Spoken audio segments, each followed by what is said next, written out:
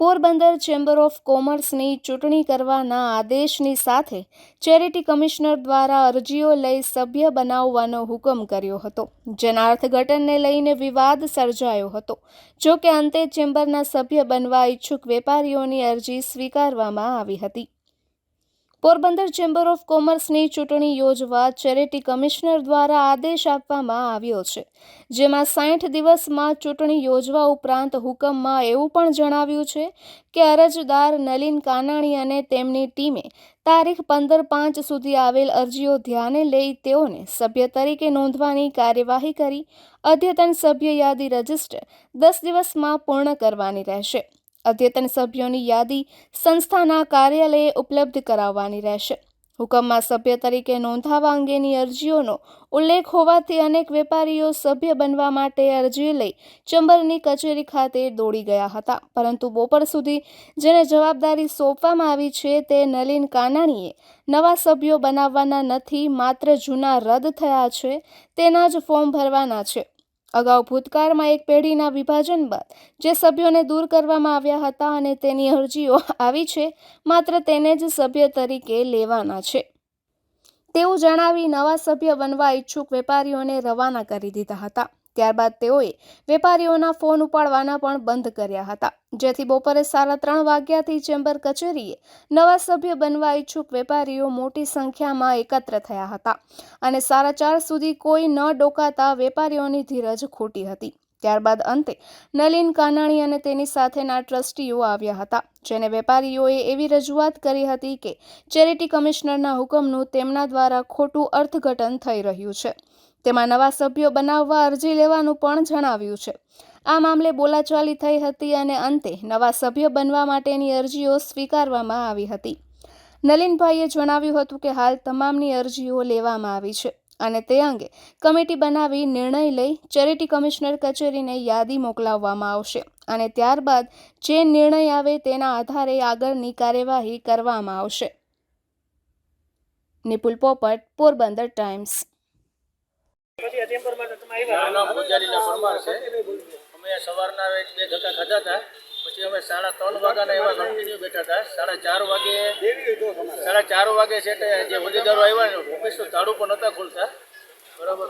અત્યારે ફોર્મમાં જે ઓસીમાં સહી કરવાની હતી સહી પણ નહોતા કરતા, એમને જ અમારી પાસે સ્વીકાર્યા છે. શેના માટે આના ચેમ્બર ઓફ કોમર્સના જે સભ્યનું ઓલું હતું એના માટે અમે ફોર્મ અરજી દેવા માટે આવેલા હતા.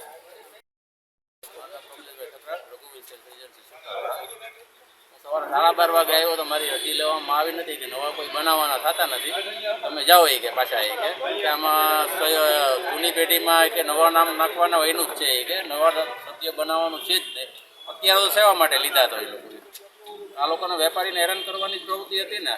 સવારે 2-3 ધક્કા ખવડાવ્યા તો કેવા માટે ધક્કા ખવડાવ્યા? સવારે પહેલાં લઈ લીધી હોત તો મારા પાસે ધક્કો ન થાત ને.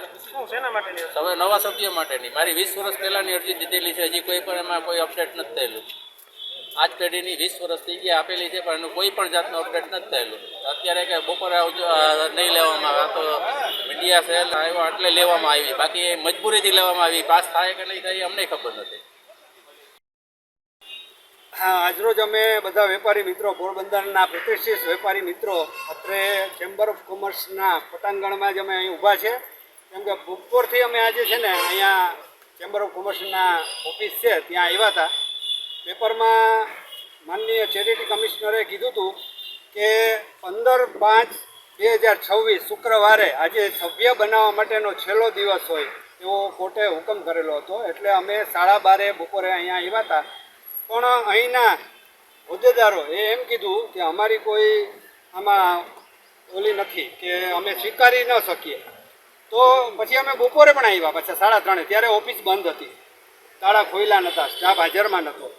તો મારી માનનીય ચેરિટી કમિશનરને આટલી વિનંતી છે કે તમે આ બધા ઓર્ડર આપો છો કોર્ટ, તો એનો કોર્ટનો હુકમનો અનાદર આ લોકો કરે છે, તો એના ઉપર કન્ટેમ્પ ઓફ ધી કોર્ટ થવી છે. કેમ કે બપોરે જઈમાં વગરના વેપારીઓ બધા હેરાન થાય છે ને 15 તારીખ આજે છેલ્લી છે, એવા કોર્ટનો હુકમ છે, તો શા માટે 4:30 ઓફિસ ખોલવામાં આવી? જાણી જોઈને કે આની પાછળ કોઈ પોતાની દિલી મુરાદ છે કે વેપારીઓને હેરાન કરવામાં આ લોકોને મજા આવે છે.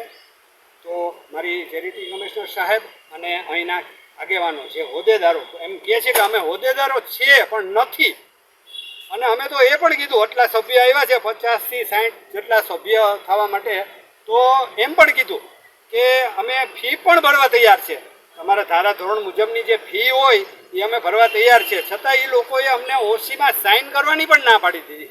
તો આ અમને એ વિચાર થાય છે વેપારીઓના આટલા ટાઈમથી કે આ કેવો કોર્ટનો હુકમ કહેવાય, કે શું આમાં ચેરિટી કમિશનરે આવી કોઈ ભૂલ રાખી દીધી છે કે પછી આ હોદ્દેદારો છે એ જાણી જોઈને વેપારીઓને આવી રીતના બનાવે છે. તો મારી ચેરિટી કમિશનર સાહેબ અને અહીંના કહેવાતા આગેવાનો બધા એને ખાસ વિનંતી છે કે આ બાબતે અંગત રસ લઈને વેપારીઓ પોરબંદરના હેરાન ન થાય અને એનું સભ્યપદ મળે, કેમ કે આના માટે અમે છે ને સાહેબ છેટ સુધી લડી લેશું. કેમ કે આજે 28 વર્ષથી પેઢી હોય છે, અને જો ચેમ્બર પોરબંદર એનું નામ જ છે chamber Porbandar chamber of commerce, એટલે કે વેપારીઓની સંસ્થા, ને એમાં જો વેપારીને સભ્ય બનાવવામાં ના આવે તો આ કેટલી હદે હું ચેરિટી કમિશનર સાહેબને એ પણ વિનંતી કરું છું કે આ પર્સનલ આમાં ઇન્ટરેસ્ટ લઈ અને આ લોકોને જોવો કેટલા મેમ્બર છે, કેટલી પેઢી છે ગામમાં પોરબંદરમાં, કે જાણી જોઈને બનાવવામાં નથી આવતા. તો વેપારી મિત્રો હેરાન ન થાય એટલે અમે અહીંયા 3:30 વાગ્યાના બેઠા હતા, અને બધી મેમ્બરની સભ્યપદની અરજી અમે નલિનભાઈ કાનાણી અને હોદ્દેદારો જે ઓફિસમાં બેઠા છે એ બધાને સુપરત કરેલ છે, અને એનો વિડીયો પણ ઉતારેલો છે. તો આ બાબતે યોગ્ય કરવાનું. નવીનભાઈ, જનરલી શું ટાઈમ હોય છે ઓફિસનો એનો? ઓફિસ સમયનો હમણાં છેલ્લા ઘણા વખત ત્યાં કોઈ ટાઈમ નિર્ધારિત રહેતો નથી, કારણ કે છેલ્લા આજે ઘણા ચેરિટી કમિશનરનો આદેશ હતો, ગંભીરતા સમજીને તમારે 3 વાગે વેપારીઓ બધા ઊભા હતા, તો તમારે ગંભીરતા સમજી વહેલી ખોલી નાખવી જોઈએ કે શું? આમાં 1.5 કલાક ચાવીની મોડી ઉપલબ્ધિ ખોલી? નહોતી, ચાવી આપની નજર સામે જ મંગાવવામાં આવી છે, અને ત્યારબાદ અમે ઓફિસ, એ તો બધા અંગત વિચારો હોય ને. એમની 1.5 કલાક મોડી ખોલી, તો હવે હું સમય રહે અત્યારે 1.5 કલાક? અમે કોઈ પેઇડ માણસો નથી અહીંયા, અમે સેવા કરવા માટે આવીએ છીએ. જ્યાં સુધી અમારી સક્ષમતા હશે, જ્યાં સુધી અમારી ફિઝિકલી એબિલિટી હશે, ત્યાં સુધી અમે પ્રયત્ન કરશું કે 7 વાગ્યા સુધી બેસવાની કોશિશ કરીએ. કદાચ મારે વચ્ચે કામ આવે વ્યક્તિગત, મારા બિઝનેસનું, મારા પરિવારનું, તો હું જઈ પણ તમે એક શકું. જ છો અહીંયા? બીજો કોઈ જવાબદાર અત્યારે નથી? તો હું એક છું, બીજા કોઈ નથી? કોઈ ચેરિટી કમિશનર તમને એકને જ હોય જવાબદારી એવું ચેરિટી કઈ નથી, કમિશનર? પણ દરેકના પોતપોતાના ના, કામ. તો બીજા હોદ્દેદારો કે તમારે સમય કોઈ મર્યાદા? બેસવું જરૂર નથી, અહીંયા આવું જરૂર અહીંયા નથી. છેલ્લો દી છે, વેપારીઓની લાઈન લાગી, છેલ્લો દિવસ છે, વેપારી ફોર્મ ભરવા માટે આવવું જોઈએ. આવે. અમે સ્ટાફને કહી દીધું છે, સ્ટાફ આવી જ જશે. આ તો સ્ટાફ કોણ? સ્ટાફ આ ભાઈ છે. એ 7 વાગ્યા સુધી જ આવે. સ્ટાફની નોકરી નિર્ધારિત. અત્યાર સુધી પરસોત્તમભાઈ કાણકિયા હતા, અત્યારે નથી, અત્યારે બીમાર છે. બીમાર તો છે. અત્યારે? હા, અત્યારે સ્ટાફ વિનાનું કોર્ટનો હુકમ અહીં મળ્યો જ નથી હજી. એ સિસ્ટમ મુજબ જે વાત, એવી કોઈ ગેરંટીથી મેં નહોતું કીધું કે મને ઓર્ડર મળી ગયો.